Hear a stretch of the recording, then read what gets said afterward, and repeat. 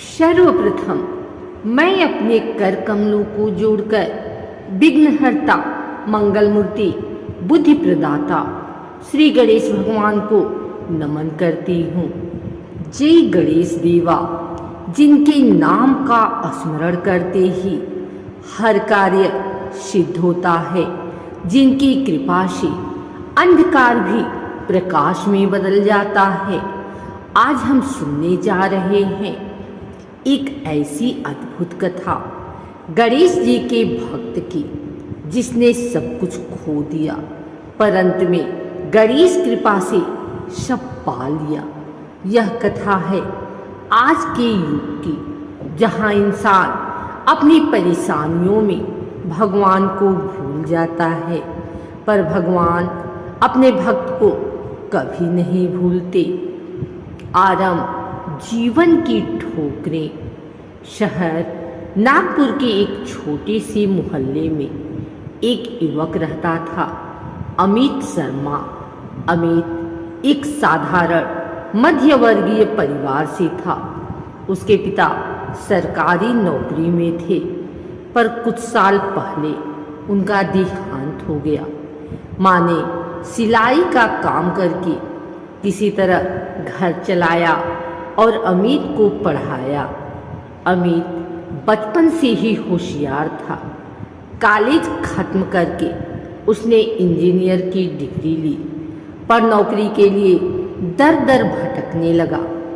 हर जगह अपना प्रोफाइल अच्छा है, पर फिलहाल वैकेंसी नहीं है।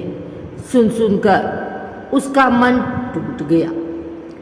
धीरे धीरे घर की आर्थिक स्थिति बिगड़ने लगी। किराया, बिजली बिल, माँ की दवाइयाँ, सब कुछ एक बोझ बन गया। अमित अक्सर सोचता, भगवान आखिर मैंने ऐसा क्या पाप किया कि हर रास्ता बंद है। उसी दौरान भाद्रपद महीने की गणेश चतुर्थी आने वाली थी।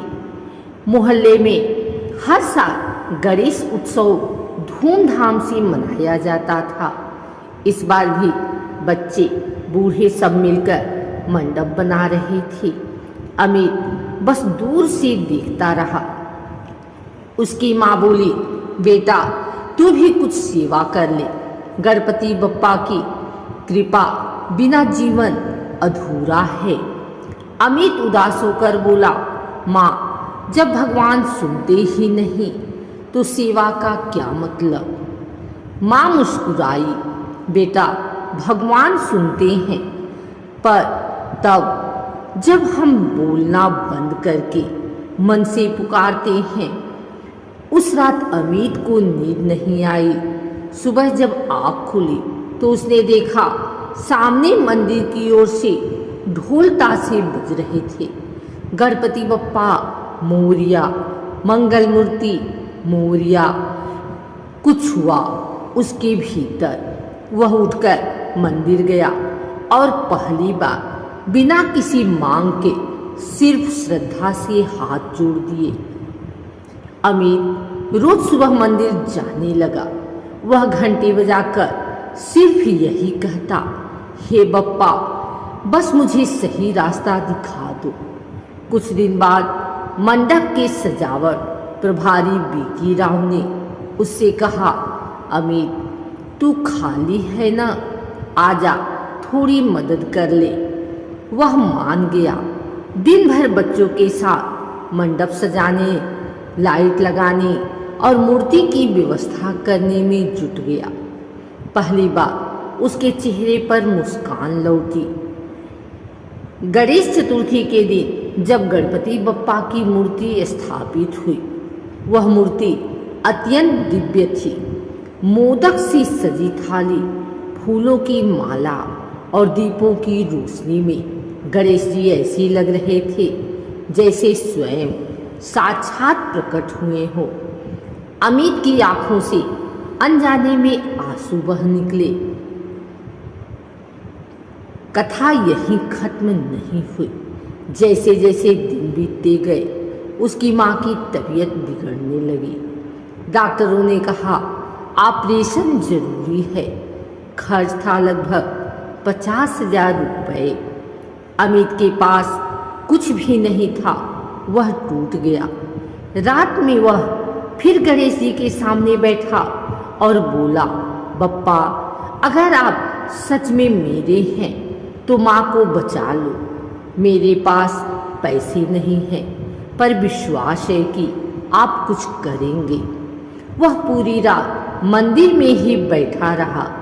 धीरे धीरे उसकी आंख लग गई।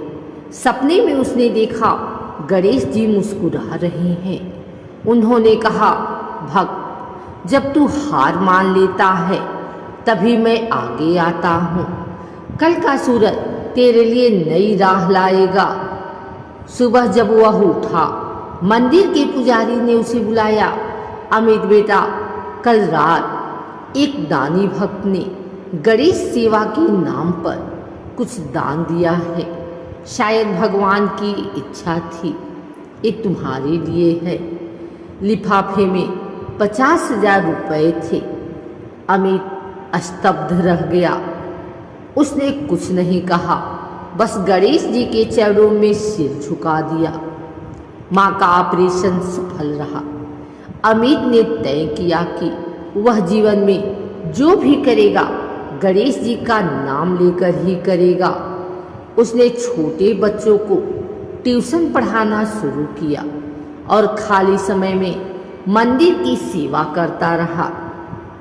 कुछ महीनों बाद उसी गणेश मंडल के एक सदस्य ने कहा, अमित, हमारे रिश्तेदार की कंपनी में वैकेंसी है, तुझे कोशिश करनी चाहिए। अमित ने इंटरव्यू दिया और वही कंपनी उसे जॉब दे देती है। जब वह पहली सैलरी लेकर आया तो माँ के साथ सीधा गणेश मंदिर गया और कहा, बप्पा, ये सब आपकी देन है। पर कथा यही खत्म नहीं हुई।